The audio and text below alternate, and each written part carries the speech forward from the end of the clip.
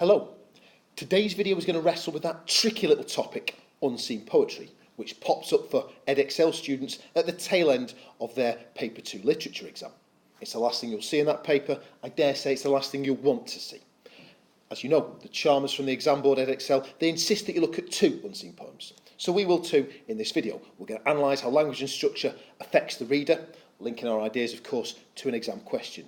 Then we're going to serve up the fruits of our labour as a deliciously nutritious dish of level 8 to 9 goodness. Exam paragraphs to make mama proud.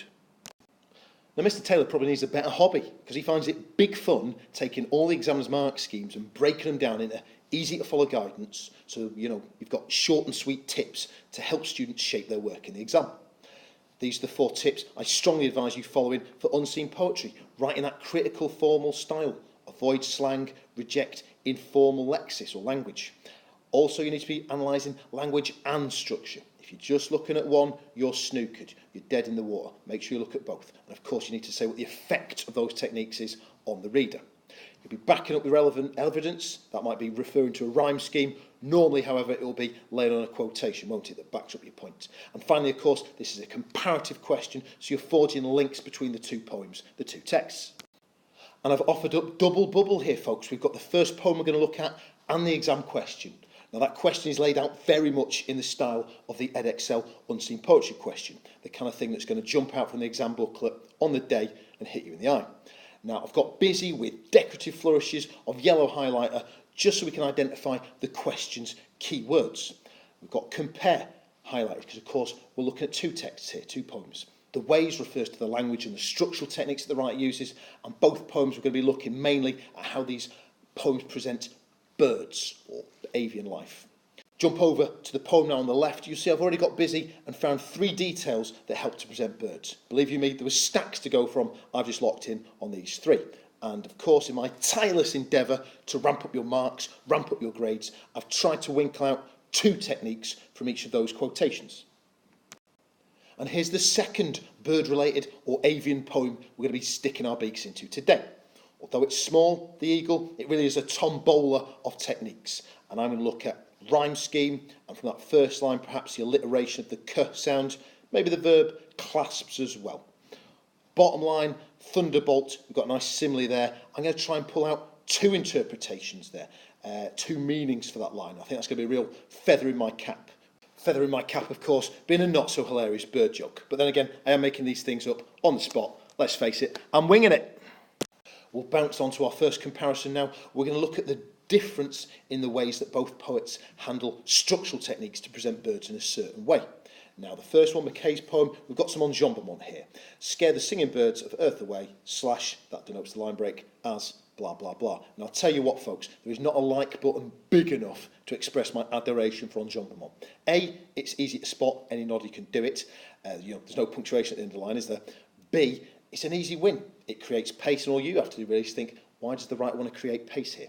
In this case, of course, it's to capture the swift, fast movement of the birds.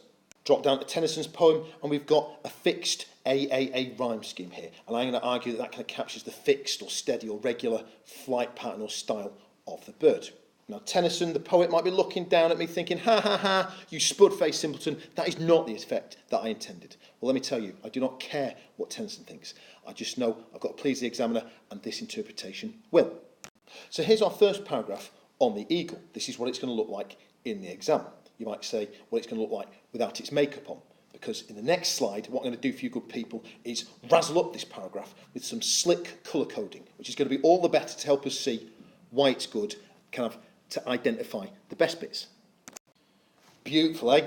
If Mr. Taylor is only capable of becoming the new face of pile cream, this gem could adorn the cover of Vogue magazine. So we've got the point in red, evidence in blue, and the explanation in green. We've got the key words underlined in red there. Rhyme scheme, do you remember the question asked about the ways that the poets present birds? Well, rhyme scheme is one of those ways. And birds, of course, birds' nature, linking explicitly to that exam question. In the evidence, I'm not bothering with the quotation here. I'm talking about the rhyme scheme, so I'm just clarifying what that rhyme scheme is, a fixed AAA scheme. And then in the explanation, as well as name-checking the effect on the reader, saying that it reflects the eagle's steady flying style, I've gone deeper, using the connective.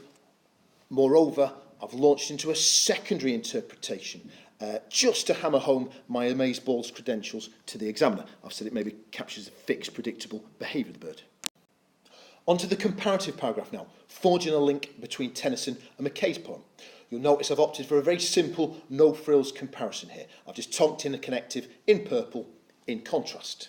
Then we're away with our point evidence explanation. You'll notice in the evidence I've opted to use ellipsis, ... just to break down a big quote, make it more manageable, more apt and discriminating.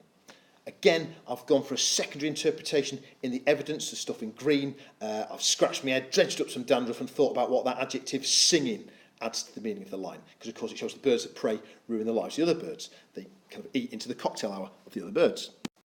The second comparison I'm going to make is going to focus on the similarity in the actions of the birds in both poems. In Mackay's poem, we've got that quotation that the birds of prey stuff our gory hearts into their maws. And I'll probably lock in on that verb stuff, perhaps that collective pronoun our as well.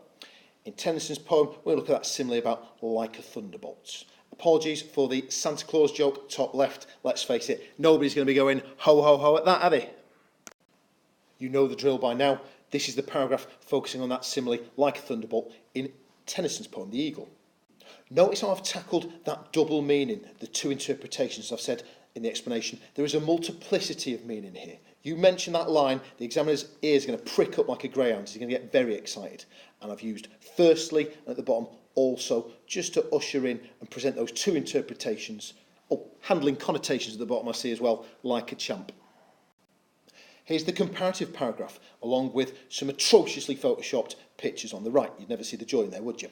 Focus on the stuff in purple there. I've explored links, comparisons between the two poems in a little bit more of a sophisticated way than I did the first time. Do you remember I just used in contrast? Here I say both poems present birds' actions through language devices. However, Mackay employs powerful verbs. Why is this more sophisticated? Well, I'm kind of evaluating a link between the two poems. I'm saying they're a little bit similar. They both look at actions. However, they use different devices to facilitate meaning, to create that effect. The final comparison now, although you'll be relieved to hear there's no paragraphs to accompany this, I'm looking at the similarity in language techniques. Both poems use plosives, kind of spitting sounds. You've got plosive alliteration of tugging and tearing in Mackay's poem, and he clasps the crags with crooked hands in Tennyson's poem. Plosives, or spitting words, b, t, k, they can create a harsh or passionate or bitter tone that's very conducive, very effective to create certain moods. So you've got the t there. I would argue that creates a kind of aggressive tone, capturing the violent actions of the birds. Perhaps that verb tearing complements or reinforces that sense of violence. And you've got the k, the strong, forceful k there, clasps, showing the kind of strength of the eagle's grip there. And the landlord's called time at the bar. That's it, we're done here. If you didn't like all those bird-based jokes, feel free to vent your feeling on social media. Maybe you could tweet it. In the meantime, it's time to say good luck, goodbye, or as they say in Wales, hwyl fawr.